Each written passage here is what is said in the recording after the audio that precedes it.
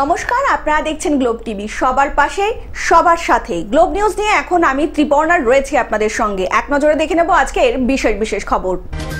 Brown sugar উদ্ধার করল police. তৃণমূলের পথেই হাঁটল রেল কর্মীদের পরিবার।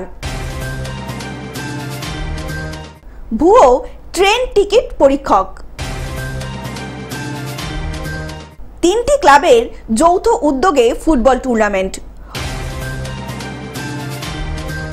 অস্ত্রোপচারে সাফল্য পেল পালস হাসপাতাল। যুবকের মৃতদেহ উদ্ধার ঘিরে চাঞ্চল্য ছড়ালো এলাকায়। স্ত্রীর মর্মান্তিক পরিণতি।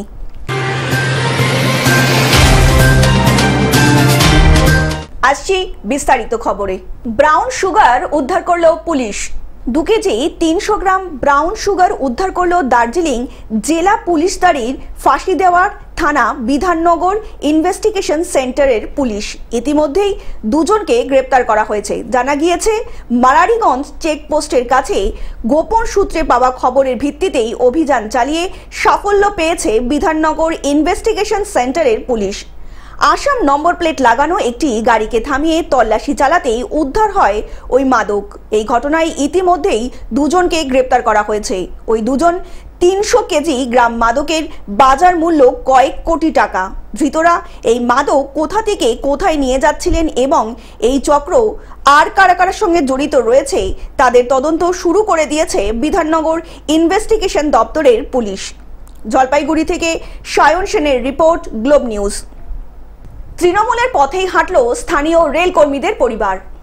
তৃণমূলের পথেই হাঁটল স্থানীয় রেল কর্মীদের পরিবারের লোকজন। কিছুদিন আগেই খড়গপুরের মহকুমা হাসপাতালে যাওয়ার মেইন রাস্তা জোর করে তৃণমূল খুলিয়ে দিয়েছিল এবং সেই পথেই হাঁটল রেল কর্মীর পরিবারের লোকজনেরা। রেলওয়ে অফিসারে বাংলোর পাশেই রয়েছে একটি রাস্তা। সেই রাস্তা রেলওয়ে অফিসার ক্লাবের পাশ হয়ে ঝাপটাপুর মেন রাস্তায় ওঠে। সেই রাস্তায় একাধিক রেলওয়ে কোয়ার্টারও রয়েছে। এই রাস্তায় এবার রেল কর্মীর পরিবারের মহিলারা শাবল দিয়ে ভাঙার চেষ্টা শুরু করে দিয়েছে। সাধারণ মানুষের সমস্যা ছিল। সাধারণ মানুষের ডাকে আমরা সাধারণ মানুষের রাস্তা যাতায়াত করি। দেখলাম রেল একের পর এক রাস্তা। কিছুদিন আগে আপনারা দেখেছেন যে চানবাড়ির সামনের রাস্তাকে বন্ধ করে দেওয়া হয়েছিল, দীর্ঘ 4 মাস ধরে বন্ধ রেখেছিল। সেটাও আমরা সাধারণ মানুষরা গিয়ে ওটাকে খুলি।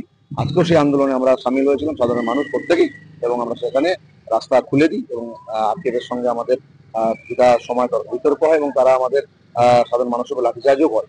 তারপরে আমরা আমাদের জায়গা ছাড়িনি। আমরা মনে করেছি যে সিদ্ধান্ত রেল এডিআরএম নিচ্ছেন তিনি তার নিজের স্বার্থে নিচ্ছেন। এখানে কোথাও রেলের আধিকারিকরা যুক্ত নয় আমরা একজনই শুনেছি এবং তারা বলছেন এটা মানে কোনো লিখিত অর্ডার হয়নি রাস্তাকে ব্লক করার। খবর পাওয়া মাত্র ঘটনাস্থলে ছুটে আসে আরপিএফ বাহিনী। আরপিএফ বাহিনীর সঙ্গে তুমুল হট্টগোলে স্থানীয় মহিলা এবং তৃণমূল কর্মীদের সঙ্গে বচসা বেঁধে যায়। কর্মীদের পরিবারের মহিলাদের অভিযোগ, স্বামীরা রাত্রিবেলা অন্য রাস্তা দিয়ে বাড়ি আসে। ওই রাস্তায় জুয়া, মদের আসর বসে, সমাজ বিরোধী কাজ করে। লাইফ লিঙ্ক সেই রাস্তা দিয়ে জীবনের ঝুঁকি নিয়ে তাদেরকে বাড়ি ফিরতে হয় সকলকেই। তাই অবিলম্বে রাস্তা খুলে দিতে হবে বলে দাবি জানান রেল কোয়ার্টারের বাসিন্দারা। আমাদের বিক্ষোভ ছিল না, এই সাউথ সাইড এলাকার মানুষের, সাধারণ মানুষের বিক্ষোভ ছিল। ওই এলাকার মহিলাদের বিক্ষোভ ছিল, ওই এলাকার সাধারণ মানুষের বিক্ষোভ ছিল। তাতে আমরা সামিল হয়েছিলাম, কেননা আমরা সবসময় মানুষের জন্য পাশে থেকেছি।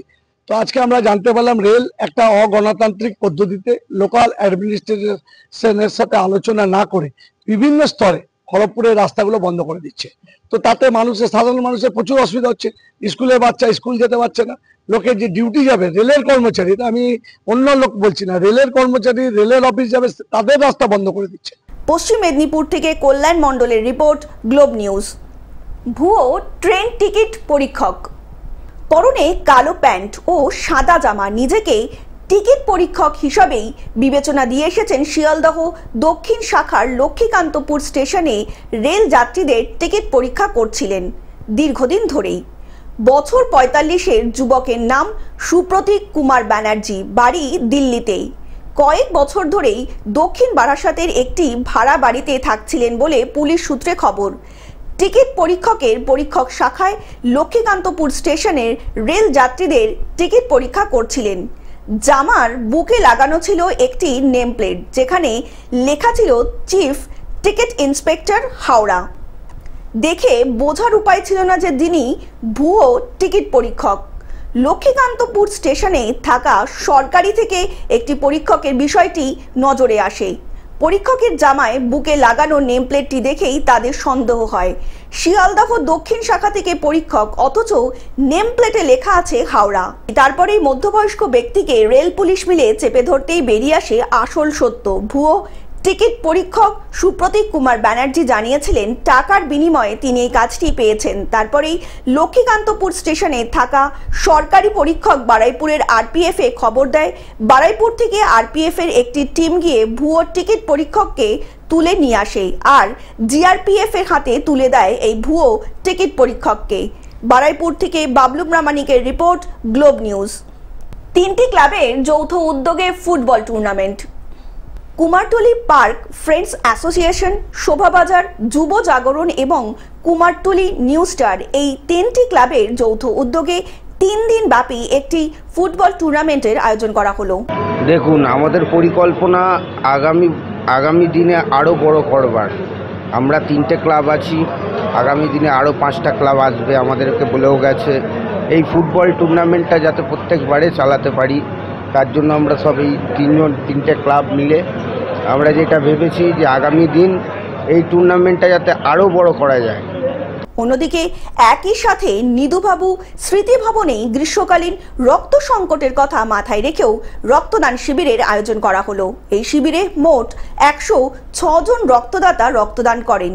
অনুষ্ঠানে উপস্থিত ছিলেন কাউন্সিলর থেকে শুরু করে আরও বিশিষ্ট সমাজসেবী ও বিশিষ্ট অতিথিরা। থেকে কুমারটুলি ফ্রেন্ডস এবং শোভাবাজার যুব জাগরণকে জানাই আন্তরিক শুভেচ্ছা। আমাদের সঙ্গে কুমারটুলি ফ্রেন্ডসের একটা আত্মিক সম্পর্ক হয়ে গেছে। কুমারটুলি ফ্রেন্ডস যা কিছু অনুষ্ঠান করে সংবেদনকে ডাকে, সংবেদন যা কিছু করে কুমারটুলি ফ্রেন্ডসকে ডাকে। তো এই 3 দিনব্যাপী ফুটবল এখানে একটা বিরাট সাড়া জাগিয়েছে। অনেক নামি দামি বিদেশি প্লেয়ার এখানে অংশগ্রহণ করছে। রাতের বেলাতে এই অঞ্চলটা একটা অন্য মায়াবী আলোতে ভরে উঠছে। তো রক্তদান শিবির উত্তর কলকাতার একটা নজির সৃষ্টি করেছে। কুমারটুলি ফ্রেন্ডস দীর্ঘ 10 বছর যাবত এই রক্তদান শিবির আয়োজন করছে। সংবেদন সবসময় পাশে রয়েছে, পাশে থাকবে। কুমারটুলি ফ্রেন্ডস অ্যাসোসিয়েশনের সম্পাদক সৌমিত্র মুখার্জি জানালেন, আমরা শুধু রক্তদানই করি না, তার পাশাপাশি দুস্থ অসহায় মানুষদের পাশে থেকেও আমরা সাহায্য করি।